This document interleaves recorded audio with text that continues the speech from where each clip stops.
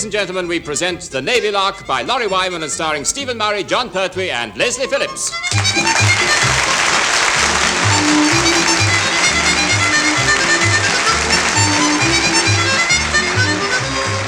In the services, there's only one thing worse than actually being in the muck, and that's being poised above it with the certain knowledge that you're going to be dropped in it shortly. Lieutenant Commander Murray and Sub-Lieutenant Phillips are in that uncomfortably elevated position at the moment as they approach Captain Povey's office. Hello, Heather. Are we too early? We hope. My word, you are looking pretty this morning. Don't you agree, sir? Roses in the cheeks, trim figure, and all that. Rather. Particularly the all that. Oh, absolutely. I noticed that for myself. Lovely speaking voice. Yes, an asset to any office. Of course. No typewriter should be without one. Mixes with the hoity-toity and the hoi polloi. Men's heads turn when she enters a room. Knows the difference between butter and marge. Immediately. All right, let's hear it. What do you want? Oh. Well, if you want to put it that way, Heather, what does Captain Povey and some lump of top brass want to see us about? I've no idea. Oh, go on. You can tell us. We're your friends. We could be a lot more friendly. That I do know. What you're here for, I don't know. You'll just have to wait until Captain Povey gets here. Oh, come on, Heather. You must have some idea what this is all about. Like, how much of it is there? Coming from what height? And what time does it land on us? Captain Povey should be back in a few minutes. He's just gone to collect Vice Admiral Buttonshaw from the London train. Vice Admiral? Does he want to see us as well? Oh, so I gather. Worrying, isn't it? Of course not. I'm merely in an utter blind panic. Oh, don't be ridiculous, Mr. Phillips. It's probably nothing at all. Just some routine matter that's hardly worth bothering about. I expect it'll be a complete waste of time. In fact, the more I think of it, the more certain I am. So you wait here and find out what it's all about, and I'll get back to the ship. Oh, no, you don't. My office is just here. In here, sir. My office is through... good day, gentlemen. Ren Jason. This is Vice Admiral Buttonshaw. Oh, how do you do? Carry on. No need to stand on ceremony. This is my office, sir. In here, the lot of you. Use my desk, sir. Oh, thank you, Captain. Very good of you. Good gracious. Whatever is that? That is a holiday snap of my dear wife, Ramona, sir. Oh, I see. I take it she doesn't photograph too well. Now then. Oh, it's good of the deck chair. No, shut up. But I've never noticed it before. Captain Povey, sir, was that her bucket and spade or yours? Will you shut up? Thank you, Commander. Now, Vice Admiral, could we know the purpose of your visit, sir? Certainly.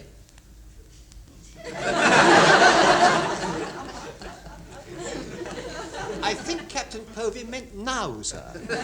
Oh, yes.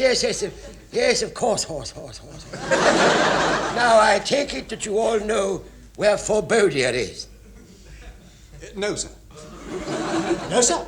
No, sir. No, sir. Splendid that I didn't bother to tell you. Now, we've had a signal from our British embassy out there, and look, do you mind if I turn that photograph round? I'm terribly sorry, but it's putting me off. No. Please do, sir. You're most kind. Damn thing is hypnotic. Now, what the hell was I talking about? You've had a signal from the British Embassy in Forbodia, sir. Have I? Where is it? Oh, yes, of course. Yes, it's their naval attaché, you see. He's due for a month's home leave, so we've got to send out a temporary replacement. Oh, I see, sir. Who are you sending, sir? You. Thanks, but... What? Because I knew you would be pleased. Make a change from routine and all that. He sounds just like a door knocker. I shan't tell you again. Shut up. How long has the usual naval attaché been there, sir? Oh, a fortnight. But he's not feeling so good, you see. Oh, what a shame. What's he suffering from? A shell shock.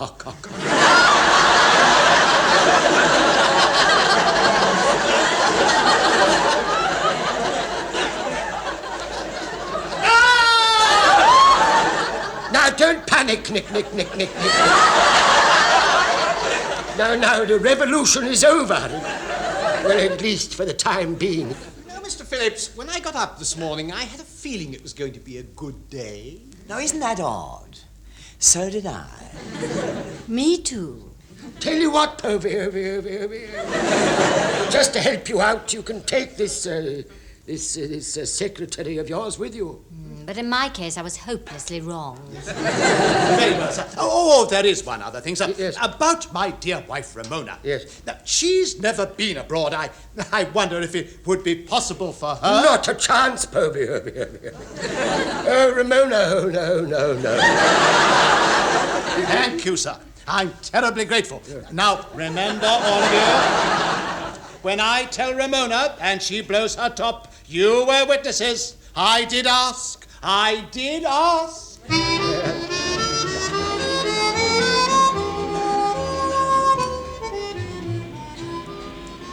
Now then, with the wind and the willows,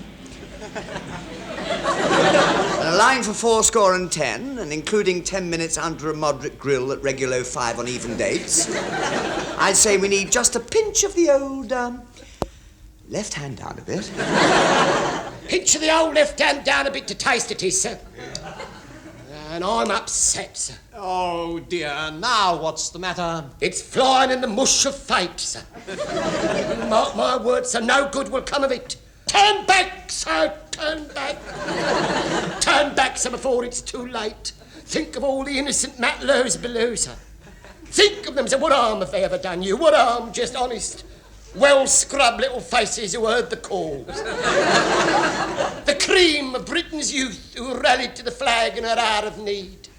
Never thinking that fate would be so unkind as to ignore superstition and send them willy-nilly to a disastrous dampness, to a dodgy doodah and all. Never in the field of human cornflakes. Never is so much, you know. All right. What's this all about? Having a woman aboard, sir.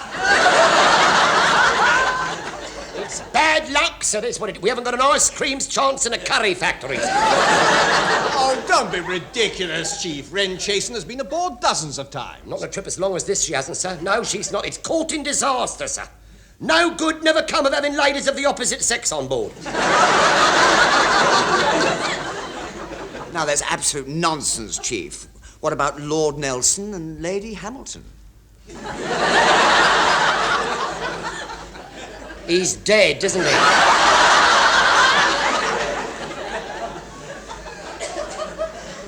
Yeah. Oh, stop it, you two. I've never heard so much rubbish. You care to risk it, sir? Go ahead.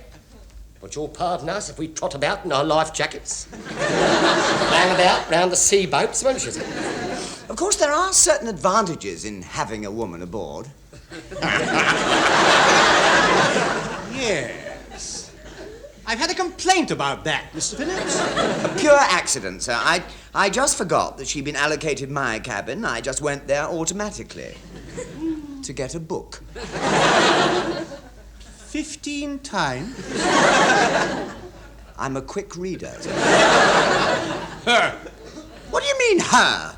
I have heard that a certain lieutenant commander also visited her cabin. Oh, well, I wanted a word with you, and I'd forgotten that she was in it instead of you.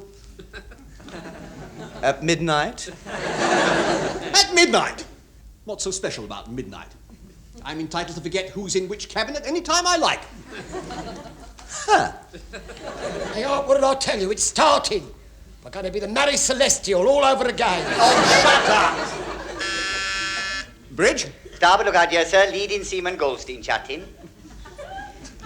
Anyone steering the ship at all?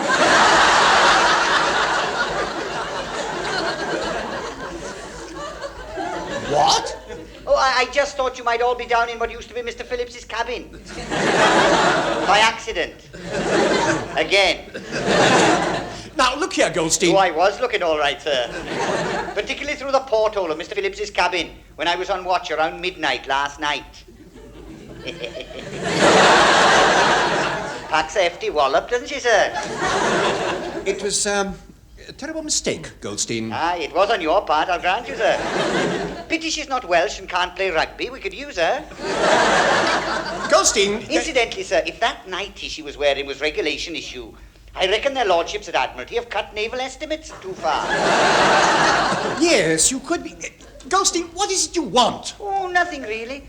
Just thought that whilst you were chatting amongst yourselves, you may not have noticed that we're approaching a sandbank. Well, no, as a matter of... Well, what? I thought that'd get you going. Oh, whilst you're about it, you might tell Mr. Phillips that he didn't go to his cabin by accident 15 times. It was 16. I counted the number of times the light went on and the sounds of the bop over the bunts with the hot water bottle. Mr. Phillips, quick! Sandbank ahead. What? Where? Move it. Move it. No. No. Stop engines. Stop engine, sir. No. No, sir. Start engines. Start engine, sir. No. No, sir. No, full ahead both. Full ahead, both it is, sir. No. No. No, wrong again. Full astern both. Full astern both, sir. No. No. No, that won't do. That won't do. No, we're going Oh, backwards. God, blimey. Slow ahead, forwards in reverse. Go ahead, hey?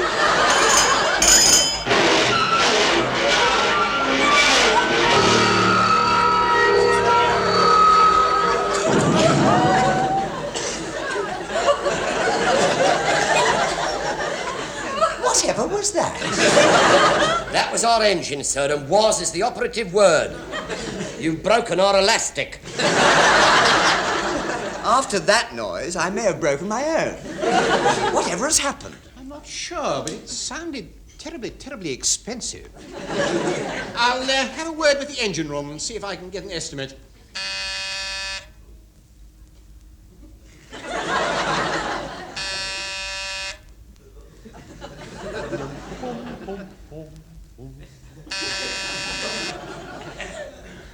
It's odd. They seem to have gone out. Through the bulkhead, probably. Well, obviously it must be our new engineer officer's fault. It's nothing to do with me. How do you make that out? Well, the bang was from the downstairs in his bit. Not upstairs in my bit. That, my lad, completes the evidence for the defence. Yeah, I say, chaps, who boobed? My engine room looks like the naffy after a rating's birthday. Oh, we're terribly sorry, Lieutenant Sharp. We were trying to avoid a sandbank. Well, I realised something was up when you rang down all those different orders. What went wrong with the engines? You confused them, old man. You tried to make them do everything except steam off sideways. Well, from the size of the bang, I thought was what they had done, sir. No. I think they were just sulking. Because I'll know better when the lad, who understands all the mechanical codswallop and things down there, gets back. Oh, he's not ill again. Yes, afraid so, old man. Last time I saw him, before he had to nip off to where he usually spends most of his days, he reckoned that the cottage pie he had last night should have been condemned years ago. Lieutenant Sharp, sir, look, Yeah? couldn't you check what's happened to the engine, sir? I wouldn't like to interfere, you see. The lad knows them, you see. At the moment, I'm just down there to make up the numbers. Oh, this is ridiculous. You'd think that just now and again Admiralty had sent us an engineering officer who knew something about engines. Well, of course, that isn't the way they work, now is it? I joined as an accountant, but there weren't any vacancies. There weren't any vacancies in that branch, so here I am. Utterly useless. How right you are, old man. But I'm learning. Mind you, once the lad gets back and tells me what's gone wrong, I'll be able to tell you how much it'll cost to repair. Very comforting, I'm sure. Lieutenant Sharp, Yes, sir? kindly make sure that the sea boat is ready for us Right, to sir. explore that island on Yes, the sir. starboard side. Yes. And let me have a report on the state of the engines as soon as we get Right, back. everything under control, sir. Wait for it. My boo-boo again. Just one more tiny point, sir. Well, Which way is the engine room, sir? Completely forgotten. With luck, sir, what's left of it should be downstairs next to the servants' quarters. Oh, much obliged, sir. Well, just a minute, we've met before. Don't tell me, I've got it. 5 minutes ago up here, right? That's right, sir. I thought so. Never get a face. Downstairs, you say. Right, we're off. Keep up the good work. Cheerio. Chief, Sir. I think perhaps you'd better get the sea boat lowered. At least you know where it's stored. Aye, sir. What for, sir? I told you. We're going over to that island. Just in case our engines need any serious repairs, it might be as well to see what facilities there are over there. Sir, I mean, supposing it's infested with cannibals and brontosaucers and terrible dactyls and other sundry unpleasantnesses. Very well, we'll take the Padre, in case we need someone to chat up the witch doctor. Oh, very handy. If he loses the argument, he'll be the soup and we'll be the second course.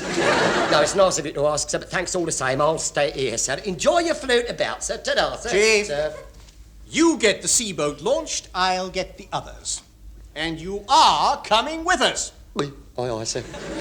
I was afraid I was.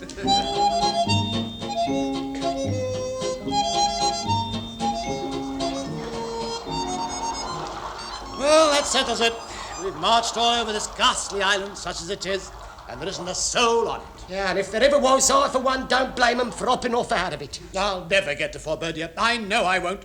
You've done this deliberately to stop me joining the diplomatic service. This was just a start. In a few months, Admiral Povey, naval attaché in Bonn. Then Henry Povey, MBE, first secretary, RN retired. And later, who knows, Sir Henry Povey, KCMG. And what happens? Thanks to you idiots, I'm stuck on an atoll forever. Captain Povey, M.U.G. Yeah, you could be right, actually, sir. Mr. Phillips, where's the sea boat, sir? The sea boat, sir? I tied it to that tree. Is it? No, it must have been to that tree. No, just a minute. No, I must have tied it to, I don't think I feel very well. That is all I needed. Oh, how splendid to hear of a fellow shipmate who is satisfied with his lot. So many of us today are in a wilderness of material gain, which can only lead each and every one of us unto disaster. Therefore, let us put asunder the idea of seeking unto ourselves the chance of copying a fast buck. Let us go forth together and gird our lower regions in the interests of... Padre, Yes, Chief? we had all that lot last Sunday, sir. Oh, I thought last Sunday was fishes and loaves. No, that was the Sunday before, Padre. It started all right, but it ended up with you telling us how to make a fish paste sandwich. That's right, and I went straight back to my cabin and made one. You would.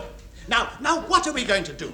Swim for it, sir? Oh, don't be ridiculous. It's far too far. In any case, I haven't got my costume. Neither have I. Let's swim for it. They must have been giving him too much red meat just lately. If I'm crying out loud, will somebody send a distress signal to the ship so they can send another boat across? Yes. Yeah, well, that might be a touch difficult, sir. You see, the very light pistol is in the sea boat, sir. I might have known. Here, I say, I just checked in my Sea Scout's diary. If anyone is interested, I think I know what happened to that seaboat. Frankly, Mr. Phillips, judging from the expressions of the faces of the rest of the congregation, it would appear unto me and unto them that you have dropped a dirty great clangor. A dirty great clangor. How right you are, Padre. Mr. Phillips, Sir. make a fire, and we'll signal with that. Smoke signals, I presume, sir. I wonder if Mr. Phillips' Sea Scout diary tells us how to send heap important navy blue white man and friendly braves need magic floating canoe over here at the double. Friend Jason, any more funny marks like that and you will swim over to the ship without a costume. Sorry I spoke. I'll bet you are. Mr. Phillips, instead of going... get that fire going. Aye, aye, sir. Now, can somebody lend me a box of matches? Oh, I'm afraid one's lighter has turned it in, sir. Its wick is a thing of the past, and its flint is not what it was either. I'm afraid I don't smoke, so I don't carry matches. Mine are on the ship. If chaps were meant to smoke, they would have been born with chimneys in their heads.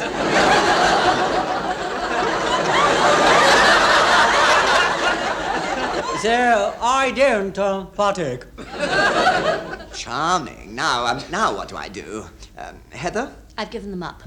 I see. Well, that's it then, isn't it? Light a fire, they say. Make signals. Get the boat here at the double, they say. Well, this is where my Sea Scout diary comes into its own. Without it, you'd all be stranded. I'll just rub 2 sticks together and save the lot of you. There's a lovely light, sir. There's a lovely light. Come on, get a move on, sir. Get a move on because there's smoke coming out of Troutbridge's funnel, so presumably the engines are working again. And I'd hate them to steam off without us. What? Lummy, you're right. Perhaps they're trying to send a message to us. I wonder what it says. The message reads, as far as I can see, Mr. Phillips, puff, puff, puff, lump of soot, puff, puff, puff. Don't bother, Padre. I'll get our fire going and I'll puff back at them. Oh, this is ridiculous. Never mind Forbodia. I'll never even see Portsmouth again with you lot.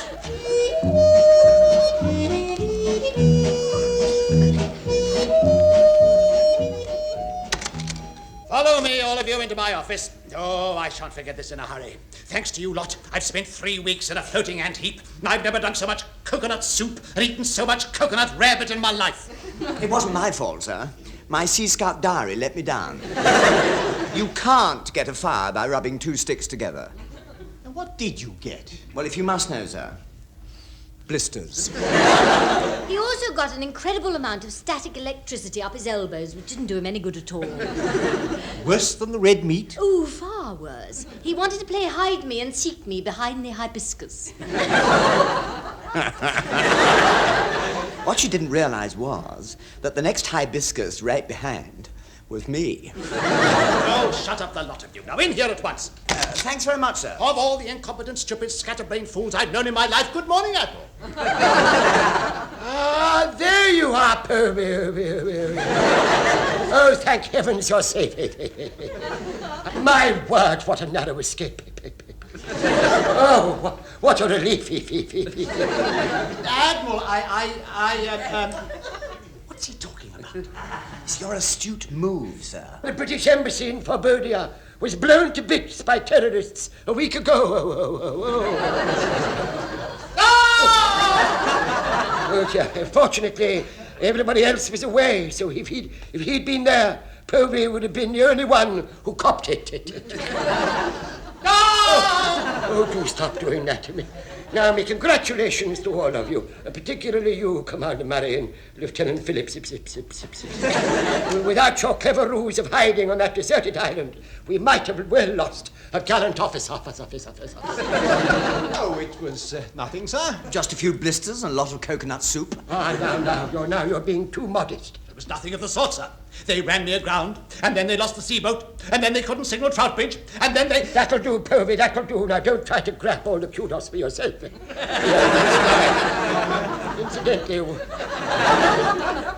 Incidentally, while I've been waiting for you, I've been looking through all that stuff in your in tray. My word, Povey, you're all behind. So, as you're still breathing and haven't been blown to bits, Get on with it, Povey. Get on with it, Povey. Get on with it. Get on.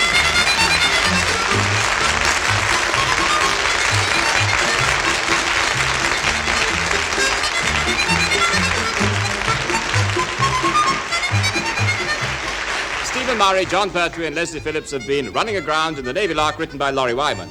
Stephen Murray was the CEO, John Pertwee was the Chief Petty Officer and Vice Admiral Buttonshaw, Leslie Phillips was the Sub-Lieutenant, Captain Povey was played by Richard Caldecott, Heather was Heather Chasen, Lieutenant Sharp was Tenuel Evans, and the Padre was played by Michael Bates. The show was produced by Alistair Scott Johnston.